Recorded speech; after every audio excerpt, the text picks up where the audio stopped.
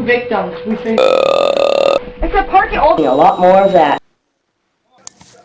The model's different. Game which was damaged. That's when we'll whenever I screen record. Here's what I do. This camera for a second.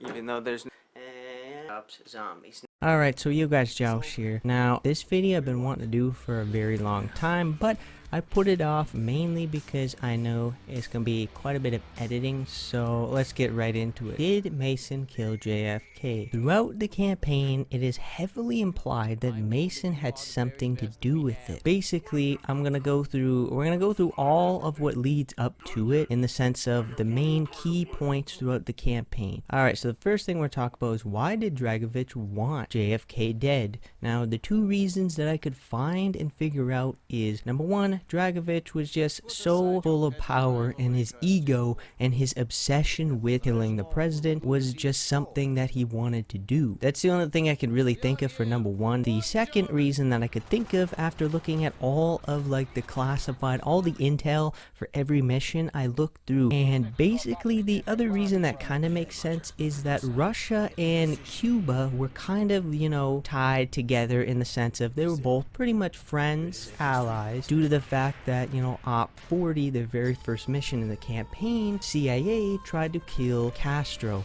but they failed because that was a double. I'm assuming that infuriated Dragovich, and he just wanted revenge for the attempt assassination of Castro. We all know that at the end of Op 40, Mason gets captured by Krupchenko, and Castro gives him to Dragovich, I'm assuming, and then that's how you end up in Vorkuta. Basically, Steiner and Dragovich brainwash you to kill the president because he wants revenge for trying to attempt to kill Castro. That is the one thing that makes the most actual sense to me, but there's a problem, and that is Reznov kind of sabotages that brainwashing with his own agenda. Revenge for Dragovich, Krupchenko, and Steiner killing Dmitry Petrenko and his other soldiers during Project Nova and, you know, that mission. After escaping from Vorkuta, you make it back to the States. Now, before the mission, the USSD, or that other mission after Vorkuta, in all the intel files, Mason is actually questioned, going through a whole psych evaluation just to make sure that he's still fit, because they have a suspicion that he might have been brainwashed, but they can't be sure of it. He goes to the Pentagon and meets JFK, but before he enters the room, you can hear pretty much numbers. The numbers that are heard can be deciphered as proceed to target. Now, the interesting thing about that is that shows that the brainwashing is still kind of there, but Reznov's brainwashing is kind of messing with it. There is another very interesting point. When JFK walks towards you and is in slow motion, the TV monitors in the background shows his assassination, funeral, and mugshots of Lee Harvey Oswald and his own assassin. Obviously, right after that, that is when Mason has the hallucination of him shooting JFK with the 1911, but we all know that never happened. He didn't shoot him. That was in his mind. That was another kind of sequence that really implied that he took out JFK. The mission Revelations, Mason can actually be heard saying Oswald compromised. Obviously, Lee Harvey Oswald was the one that shot Kennedy in real life and supposedly in this game, and he also says Kennedy John Fitzgerald.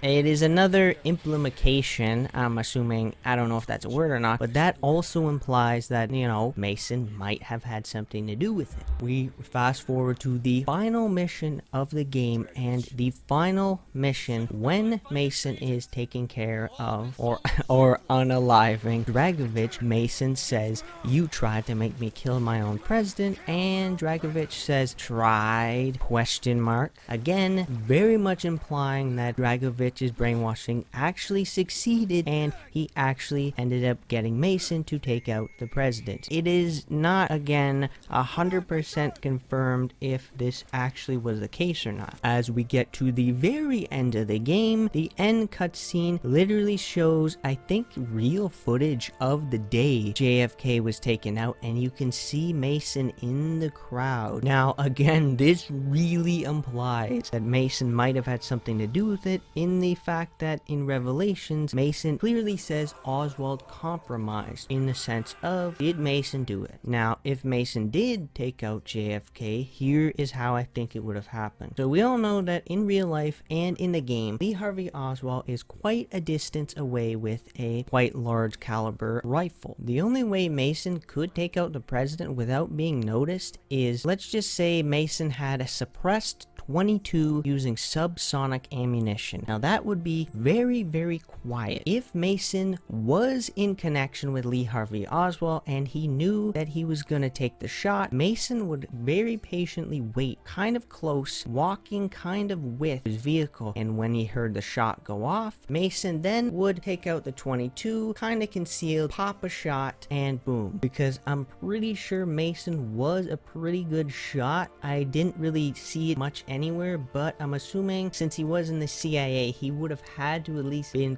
kind of accurate with a weapon. So yeah, so that is my theory of if Mason was in connection, how he would have done it. He would have done it very, very quietly. Let me tell you guys this right now. I did probably the most research I've ever done on a video in a very long time. I went through like the wiki to see if I could find anything interesting, played all the missions, subtitles on, went through all the intel, looked at that computer, you know, when you start up the game and then you press like the right trigger to pop out and there's that computer there. I checked that there. Pretty much all the information I just told you guys is pretty much everything I found. Like there's no 100% solid reasoning why Dragovich wanted JFK dead. There was the only two theories that I thought of there. All the other information throughout the campaign does heavily imply that Mason had something to do with, you know, the assassination of JFK. In the end, there is no actual proof that Mason actually did it. Pretty much speculation in the sense of, what do you guys think? I'm gonna leave it up to y'all. What do you guys think? If I missed any information, let me know, but I'm pretty sure I got most of the information. Like there's probably a few tiny things I missed. Now, as far as the timeline goes, so the interesting thing is that the mission Executive Order is actually the last mission before JFK is, you know, taken out. Funny enough, after USSD, Executive Order is the next mission, and then after that mission, the next mission is SOG, which takes place literally like 5 years later, which suggests maybe Mason went under psychiatric evaluation to see, because obviously when a president gets taken out, they really had to look at it, they really had to look at everything. They might have been very suspicious of Mason may have had connections to it, but again, there's no actual physical proof of that. In the end, it's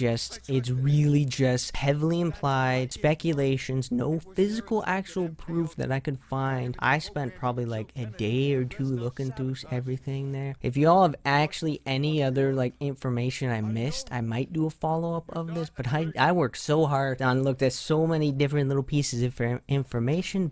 Don't forget to like, comment, subscribe, and just like always, peace. So yeah, video's over, it's done. So not exactly sure what y'all are doing here. So yeah, that was like the intro, and then now this outro. That's pretty much it. So alright, so what's good, Josh? How's it going? I ain't gotta watch them, but like, dude, we playing zombies? Like, what's going on? Alright, chill. Alright, so yeah, that's it, everybody. Thanks for watching, and yeah, come on. Alright, chill yourself down.